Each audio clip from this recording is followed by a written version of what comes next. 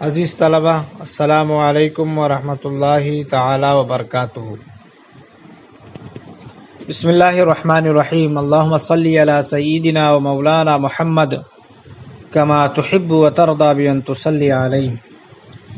عزیز طلبہ، اس سے پہلے گزشتہ درس میں ہم نے کلمہ کی لغوی اور اصطلاحی تعریف بیان کی تھی، اور اس کے ساتھ ساتھ دلیل حصر کو بھی بیان کیا تھا اور اس میں اجمالاً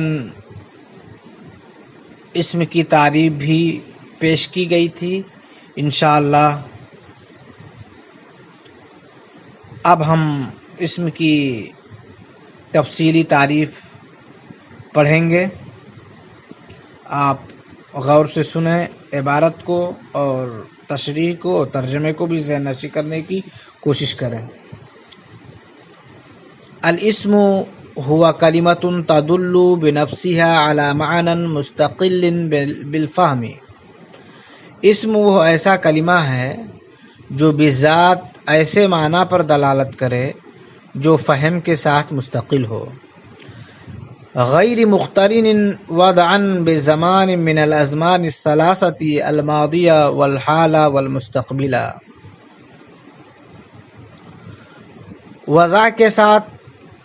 وضع کے اعتبار سے تینوں زمانوں میں سے، یعنی ماضی، حال اور مستقبل میں سے کسی سے ملا ہوا نہ ہو، مقترن نہ ہو۔ کہند و ہلال و شمس و تمرت و مجد و تجربت، جیسے ہند، ہلال معنی چاند، شمس معنی سورج، تمرتن معنی کھجور، مجد معنی شرافت، تجربہ معنی آزمودہ، اور تجربہ بھی ہوتا معنی۔ عزیز طلبہ، اسم کی تعریف میں خاص طور پر دو چیزیں بیان کی گئی ہیں۔ فرماتے ہیں کہ اسم ایسا کلمہ ہے جو بذات ایسے معنی پر دلالت کرتا ہے جو فہم کے ساتھ مستقل ہو، یعنی مستقل بالفہم کا معنی یہاں پر یہ ہے کہ جو اپنا معنی بتانے میں کسی غیر کا محتاج نہ ہو، جو کسی ضمہ ضمیمہ کا محتاج نہ ہو، اور دوسری چیز یہ ہے کہ جو وضع کے اعتبار سے تینوں زمانوں میں سے، یعنی ماضی، حال اور مستقبل میں سے کسی ایک سے بھی ملا ہوا نہ ہو۔ تو دو چیزیں ہوں گئی۔ پہلی چیز یہ کہ اسم بذات معنی مستقل بالفہم پر دلالت کرتا ہے، اور وضع کے اعتبار سے کسی زمانے کے ساتھ ملا ہوا نہیں ہوتا ہے۔ تو آپ مثالوں میں دیکھ لیں، ہند، ہلال، شمس اور تمرہ، مجد اور تجربہ، یہ ساری مثالیں ایسی ہیں کہ ان میں تینوں زمانوں میں سے کوئی زمانہ بھی نہیں پایا جاتا ہے، اور ان کی دلالت معنی مستقل بالفہم پر بھی ہو رہی ہے۔ یعنی یہ کلمات اپنا معنی بتانے میں کسی غیر کا محتاج نہیں ہے، کسی ضمیمہ کے محتاج نہیں ہے، لہذا اس سے ثابت ہوا کہ یہ اسم ہے۔ علاماتہ للاسم علامات کثیرۃ تختص بہ وتدل علیہ۔ اب یہاں سے اسم کی علامتیں بیان فرماتے ہیں، اور فرماتے ہیں کہ للاسم علامات کثیرہ، اسم کی بہت سی علامتیں ہیں، تختص بہ جو اس کے ساتھ خاص ہیں، مختص ہیں، وتدل علیہ اور اسم پر دلالت کرتی ہیں۔ ابرزها واشهرها ما یاتی، ان میں جو سب سے زیادہ ظاہر و باہر اور سب سے زیادہ مشہور ہیں مایاتی وہ آ رہی ہیں، ان کا بیان آ رہا ہے۔ ابرزوہا و اشہروہا سے یہ بتانا چاہ رہے ہیں کہ اسم کی ڈھیر ساری علامتیں ہیں، لیکن جو سب سے زیادہ مشہور علامتیں ہیں اور سب سے زیادہ جو ظاہر و باہر ہیں ان کو مصنف بیان فرما رہے ہیں۔ تو پہلی علامت یہ ہے دخول الف لام غیر الموصولہ، الف لام غیر موصولہ کا داخل ہونا، کالرجل والکتاب والعلم، جیسے کہ رجل آدمی، والکتاب اور کتاب، کتاب مانا کتاب، علم مانا علم۔ تو ان تینوں مثالوں میں الف لام غیر موصولہ داخل ہے۔ اس سے پتہ چلا کہ یہ تینوں کلمات اسم ہیں، کیونکہ الف لام غیر موصولہ کا داخل ہونا یہ اسم کی علامت ہے۔ اور اس مقام پر ہم آپ کو یہ بھی بتا دیں کہ الف لام کی دو قسمیں ہیں، الف لام موصولہ اور الف لام غیر موصولہ۔ الف لام غیر موصولہ جو ہوتا ہے وہ اسم پر داخل ہوتا ہے، اور الف لام موصولہ جو ہوتا ہے وہ فعل مضارع پر بھی داخل ہوتا ہے۔ فرماتے ہیں وَأَمَّا الف لام الموصولۃ فقد تدخل علی الفعل المضارع ایضا، اور رہا الف لام موصولہ تو وہ فعل مضارع پر بھی داخل ہوتا ہے، کما فی قول الفرزدق، جیسا کہ فرزدق کے قول میں۔ فرزدق ایک شاعر ہے، اس نے ایک شعر پیش کیا ہے، اس شعر میں اس نے الف لام موصولہ کو فعل مضارع پر داخل کیا ہے۔ شعر یہ ہے ما انت بالحکم اترضى حکومته ولا الاصیل ولا ذی الرأی والجدل۔ حکم ایسا شخص جو لوگوں کے نزاعی اور اختلافی معاملات کو حل کرتا ہے، جسے فیصل بھی کہا جاتا ہے۔